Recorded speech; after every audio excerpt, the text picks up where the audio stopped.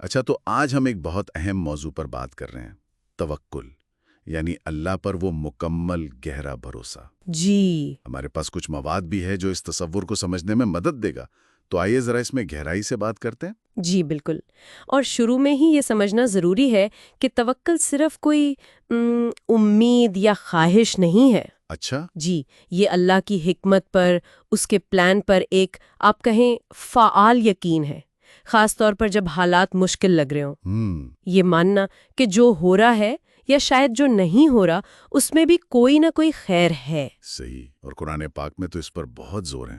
وہ سورۃ طلاق کی آیت فوراً ذہن میں آتی ہے۔ جی جی، اور جو کوئی اللہ پر بھروسہ کرے گا تو وہ اس کے لیے کافی ہے۔ کافی ہے، یہ کتنا بڑا وعدہ ہے، مطلب اللہ خود ذمہ داری لے رہا ہے اگر بھروسہ ہو۔ یقیناً، یہ آیت تو جیسے توکل کے پورے تصور کا مرکز ہے۔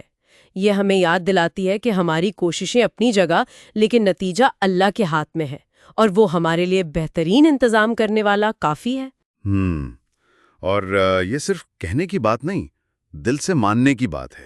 بالکل، دل کی کیفیت ہے۔ اچھا، اب ذرا ان مثالوں پر آتے ہیں جو ہمارے ذرائع میں ہیں، جیسے کسی کی نوکری چلے جانا، یا کوئی بڑا پروجیکٹ فیل ہو جانا۔ جی، یا کوئی رشتہ ٹوٹ جانا۔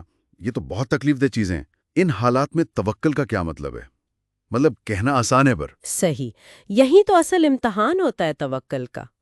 ان مثالوں میں توکل کا یہ مطلب نہیں کہ انسان کو دکھ نہ ہو، تکلیف تو ہوتی ہے، ہاں ظاہر ہے، لیکن اس تکلیف کے ساتھ ساتھ یہ یقین رکھنا کہ اس میں بھی کوئی مصلحت ہے۔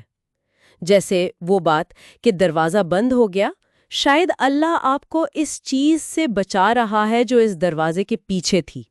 یہ تو بڑا الگ زاویہ ہے۔ جی، تو نوکری کا جانا شاید کسی بہتر موقع کی طرف اشارہ ہو، یا پروجیکٹ کا ناکام ہونا کسی بڑے نقصان سے بچا گیا ہو۔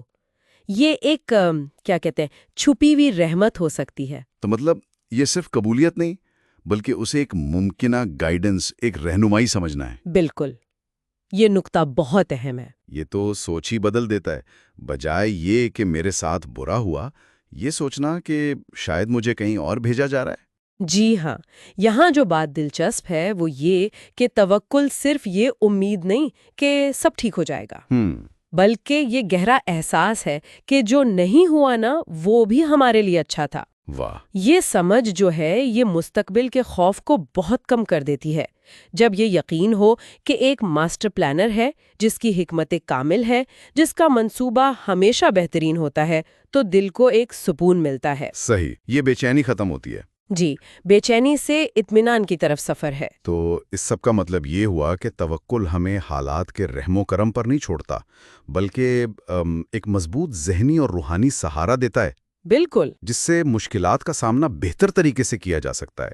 یہ اللہ کی حکمت پر یقین ہے، بھلے وہ فوراً سمجھ نہ بھی آئے۔ ہاں، اور اگر ہم اسے بڑی تصویر میں دیکھیں تو یہ رویہ زندگی کی جو مشکلات ہیں، جو غیر یقینی صورتحال ہے، اس سے نمٹنے کا پورا انداز بدل سکتا ہے۔ کیسے؟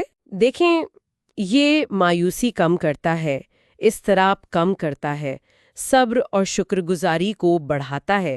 یہ جاننا کہ ہر واقعہ ایک بڑے اچھے منصوبے کا حصہ ہے، ایک گہرا اندرونی سکون دیتا ہے جو باہر کے حالات پر منحصر نہیں ہوتا۔